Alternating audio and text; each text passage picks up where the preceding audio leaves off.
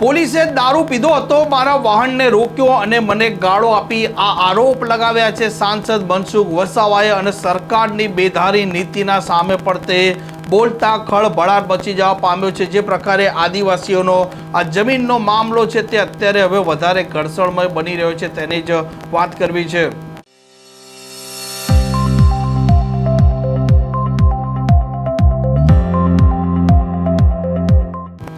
નમસ્કાર, આપ જોઈ રહ્યા છો હોટલાઇન ન્યૂઝ અને હું છું આપની સાથે તોફિક ગાંચી। નર્મદામાં જે પ્રકારે સાંસદ મનસુખ વસાવા આ સાગબારાના 12 ગામના જે ખેડૂતો છે જે વન વિભાગની જમીન પર અનેક વર્ષોથી ખેતી કરી રહ્યા છે, જો કે થોડાક સમયથી તેમને વન વિભાગ આ જમીન પર ખેતી નથી કરવા દેતો અને આ મામલે સતત ઘર્ષણ ચાલી રહ્યું છે અને તેમનો આરોપ છે કે જો સાગબારાના ખેડૂતોને વન વિભાગ છે તે ખેતી કરતા રોકે છે તો બાજુમાં સુરત જિલ્લાના ઉમરપાડાના આદિવાસી ખેડૂતોને કેમ વન વિભાગ ખેતી કરવા દે છે અને તેમના આ બેવડા વલણ કેમ છે તેવા આરોપના સાથે આદિવાસીઓ છે તે અત્યારે વિરોધ કરી રહ્યા છે। સાંસદ મનસુખ વસાવા ગાંધીનગર સુધી જઈને આવ્યા અને તેમણે ત્યાં સુધી કહ્યું કે ગાંધીનગરથી કહેવામાં આવે છે કે જેમ સુરત જિલ્લાના આદિવાસી ખેડૂતોને ખેતી કરવા દેવામાં આવશે તેમ સાગબારાના ખેડૂતોને પણ ખેતી કરવા દેવામાં આવશે, પરંતુ અહીંના અધિકારીઓ છે તે ઊંધી રીતે વર્તી રહ્યા છે અને આદિવાસીઓ અત્યારે વિરોધ કરી રહ્યા છે અને તેમના વિરોધમાં જોડાવા ગયા હતા સાંસદ મનસુખ વસાવા અને તે સમયે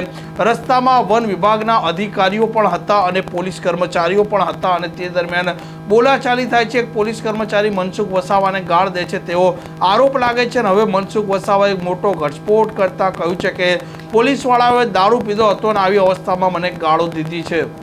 જો હું ખોપીના લોકોને સમજાવવા માટે ગયો, ખોપી સાગબારા તાલુકાના ખેડૂતોને સમજાવવા માટે ગયો કે આજનો કાર્યક્રમ આપણે મોકૂફ રાખ્યો છે અને હવે પછી સરકારમાં આ જમીન બાબતે મંત્રણા થશે અને પછીનો કાર્યક્રમ પછી આપણે વિચારીશું, ત્યાં સુધી સરકાર પર આપણે એમનો વિશ્વાસ રાખીએ, આ સમજાવવા માટે જતો હતો। જતી વખત પણ આ રોડ પર બંને બસો મૂકી રાખી હતી અને જ્યારે રિટર્ન થઉં છું ત્યારે પણ બંને બસો તે સ્થિતિમાં હતી, સાંજના રસ્તો બ્લોક કરી રાખ્યો હતો અને મારે મિટિંગમાં ઘણા બધા લોકોએ એ રસ્તે જવા આવનારા લોકો પણ મને કીધું કે સાહેબ આ રસ્તો બ્લોક કરી રાખ્યો છે, એટલે રિટર્નમાં જ્યારે હું આવું છું ત્યારે તે સ્થિતિમાં બસો હતી અને અમારા કાર્યકર્તાએ કીધું કે મને આ બધા અમારા વાહનો જવા દો, ત્યારે એમની સાથે ત્યાંના જે પોલીસ અધિકારી હતા ને જંગલ ખાતાના અધિકારીઓ તેમની સાથે રકઝક થઈ, એટલે હું ગાડીમાંથી ઉતર્યો તો મેં પણ એમને કીધું કે તમે વ્યવસ્થા જાળવવા માટે આવ્યા છે તો તમે તે કામ કરો, રોડ તો ખુલ્લો રાખો, જંગલમાં લોકો જતા હોય ત્યાં તમે રોકો, પણ રોડ કમ બ્લોક કરી રાખો છો? તો એમને કીધું કે અમારા સુરતના ડીએસપી સાહેબ છે, ડીએફઓ સાહેબ છે અને એમના પર સરકારમાંથી એવી કડક સૂચના છે કે આ વિસ્તારની અંદર ચકલી પણ ના ફરકવી જોઈએ, તો અમે કોઈને જવા નથી દેવાના। ભાઈ મેં પછી ગુસ્સામાં આવ્યો, મેં કહ્યું તમારા બાપનો રસ્તો છે, મેં કીધું રોકી રાખો આ રીતના, લોકોને જતા કમ રોકો છો? જાહેર રસ્તો છે, કોઈ પણ રસ્તો જોઈ, અને એવું થોડું કે આ જંગલની જમીન ખેડનારા લોકો એકલા જ આ રસ્તે જાય છે, અહીંયા તો આ જાહેર રસ્તો તો સાગબારાથી ડેડિયાપાડા અને ડેડિયાપાડાથી સાગબારા વચ્ચે નો જાહેર માર્ગ છે, એ તમે રોકી ના શકો। તો આ જ પ્રકારની અમારી રકઝક એના હાથે સાથે થઈ। એમાં એક પોલીસ વાળો હતો, એ થોડો પીધેલો હતા, આમ તો લગભગ બધા પોલીસ વાળા બધા પીધેલા હતા, તો એમાં એક બે લોકો ગાળાગાળી કરીને નિમ્ન કક્ષાની ગાળો બોલી, એ જે પોલીસ વાળા એ નિમ્ન કક્ષાની ગાળો બોલી, એટલે પછી અમારે ના છૂટકે બોલવું પડ્યા, તમને સોંપતું નથી, તમે ગાળો ના બોલો, અમે બહુ સંયમ રાખ્યો છે, અમે બહુ સંયમ રાખ્યો છે, પણ આજે ત્યારે જ મારે કહેવું પડ્યું કે એક બાજુ તમે સરકાર અમારી સાથે સમાધાનની વાત કરે છે અને બીજું વાત સરકારમાંથી એવો આદેશ આપવામાં આવે, જંગલ ખાતાના વડાઓ ઉપરથી ગાંધીનગરથી એવો આદેશ આપવામાં આવે છે, ડીએસપી ને ડીએફઓ ની સૂચના આપે છે કે આ વિસ્તારમાં ચકલું પણ નહીં ફરવા જેવું, તો શું આ લોકશાહી છે? આદિવાસીઓ પર આ રીતના તમે જુલમ ગુજારો છો, આ રીતના ત્રાસ ગુજારો છો? એ રીતના મેં એમને જ કહ્યું હતું અને આ બધો આખો વિડીયો ત્યાં કેટલાક લોકોએ વિડીયો ઉતાર્યો છે ને વાયરલ થયો છે, પણ હકીકતમાં હું સાગબારા ખોપી ગામમાં લોકોને સમજાવવા માટે ગયો અને મારી વાત માની પણ ગયા, પણ આ ઘટના પરથી લોકો વધારે ગુસ્સે થયા છે। આ જે ઘટના પછી જે સમાધાનની જે મંત્રણા માટે વાતચીત ચાલતી હતી એના બદલે લોકો વધારે ગુસ્સે થયા છે। હવે કાં તો મારા પર પણ વિશ્વાસ ના મૂકે, અમારી જે ટીમ છે એના પર પણ વિશ્વાસ ના મૂકે, એ પ્રકારની સ્થિતિની નિર્માણ થઈ અને આ જો વાતાવરણ નિર્માણ કર્યું હોય તો વન વિભાગના વડાઓએ આ પ્રકારનું કૃત્ય કર્યું છે, એમાં ડીઓપો અને ડીએસપી જવાબદાર છે, કારણ કે ત્યાંના બધા પોલીસ વાળાને અમુક જે સ્થળ પરના અધિકારીને પૂછ્યું, ડીવાયએસપી જે એ છે, પછી બીજા નાયબ સબ ડીએફઓ કક્ષાના જાદવ કરીને છે. આ બધાને પૂછ્યું, તેમને કીધું ગાંધીનગર તેમને આદેશ છે. એમનો ડીએફઓ સબ ડીએફઓ જાદવ કરીને છે, એને એવું કે ઉપરથી કીધું કે અમને ઉપરથી આદેશ છે ગાંધીનગર કક્ષાએ. તો ગાંધીનગર મંત્રીઓ અમને સમાધાનની વાત કરે છે, અને બીજી બાજુ એમને એમના અધિકારીઓ ગાંધીનગરના અધિકારીઓ તો ચકલું પણ ના ફરકવું જોઈએ. તો આના માટે સખત લોકોમાં નારાજગી છે. અમે આવનારા દિવસોમાં આ નર્મદા જિલ્લાના બધા જ લોકો જે જંગલની જમીન ખેડે છે એ બધા જ લોકો જે પેન્ડિંગ દાવાવાળા બધા ભેગા થવાના છે, અને આ જે પ્રકારનું સાગબારાના તાલુકાના ખેડૂતો સાથે અન્યાય કરી રહ્યા છે એનો બધા વિરોધ કરવાના છે. કારણ કે સાગબારાના તાલુકાના રોકે છે અને ઉમરપાડા તાલુકાના લોકોને ખેડવા દે છે. આ બે ધારીથી તો નહીં ચાલે ને. કાં તો રોકો તો સુરત જિલ્લા ઉમરપાડા તાલુકાનો પણ રોકો, અને ખેડવા દો છો સુરત વાળાને ખેડવા દો, ઉમરપાડાને તો નર્મદા જિલ્લાના સાગબારાનો પણ ખેડવા દો. તો આ જ પ્રકારની જે પોલિસી છે એનો સખત નારાજગી છે.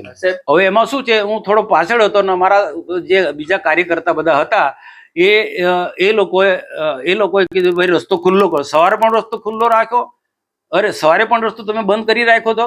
સવારે જતી વખત પણ 2 બસો મૂકી રાખી હતી, અને હમણાં પણ 2 બસો મૂકી રાખી છે. અને આજે લોકો અમને બહુ રજૂઆત કરી છે, પોલીસ બહુ હેરાન કરી છે, ત્યાં લોકોએ વાત કરી. તો આ બરોબર નથી. તો એ વખતે પેલો પોલીસ વાળો હતો, એમની સાથે મા બેન સામે ગાળો બોલ્યો, એટલે પછી મારે ઉતરવું પડે. પછી મેં કીધું તું ગાળ ના બોલ. પછી મેં કીધું ગાળ ના બોલ. એ જે અભદ્ર ભાષાનો પ્રયોગ કર્યો આપના પર કર્યો હતો કે આપણા કાર્યકર? હવે એવું કે મેં જનરલી બધા લોકો પર કર્યો, કોઈ વ્યક્તિ પર નથી. એમને એમ કેવું છે કે એમને એક વ્યક્તિ કે બધા તમે એમ કે રસ્તો ખુલ્લો કરાવો છો. ઉપરથી એક બાજુ સરકારનો આદેશ છે કે અહીંયા ચકલું નહીં ફરવા કરવું, અને બીજો જો તમે અહીંયા આવીને રસ્તો ખુલ્લો કરાવો છો, એવું એમને કેવું હતું. તો સરકાર સાહેબ 2 મોડાની વાત કરી છે. સરકાર 2 મોડાની વાતો કરે છે. કાં તો મંત્રીઓને ખબર નથી કે એમના અધિકારીઓ શું રમત રમે છે.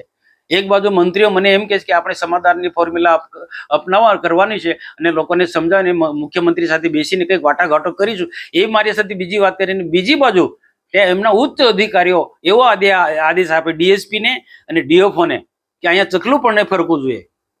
તો આ બે ધારી નીતિ કઈ રીતના ચાલવાની? આદિવાસીને ગેરમાર્ગે દોરે છે, આદિવાસીને હેરાન કરો. અને અમને તો મને જો મધ્યસ્થી બાને તો મારા પર ભરોસો રાખવો જોઈએ. મને જયારે હું તો ખરેખર સમાધાન માટે જઈ રહ્યો હતો. લોકો જે રોપા રોપવાના જંગલ ખાતાવાળા રોકા રોપવાના હતા ને એની સામે લોકો ખેડાણ કરવાના હતા. તો મેં કીધું આપણે ખેડાણ નથી કરવું, આપણો આજનો કાર્યક્રમ બિલકુલ બંધ રાખવો છે.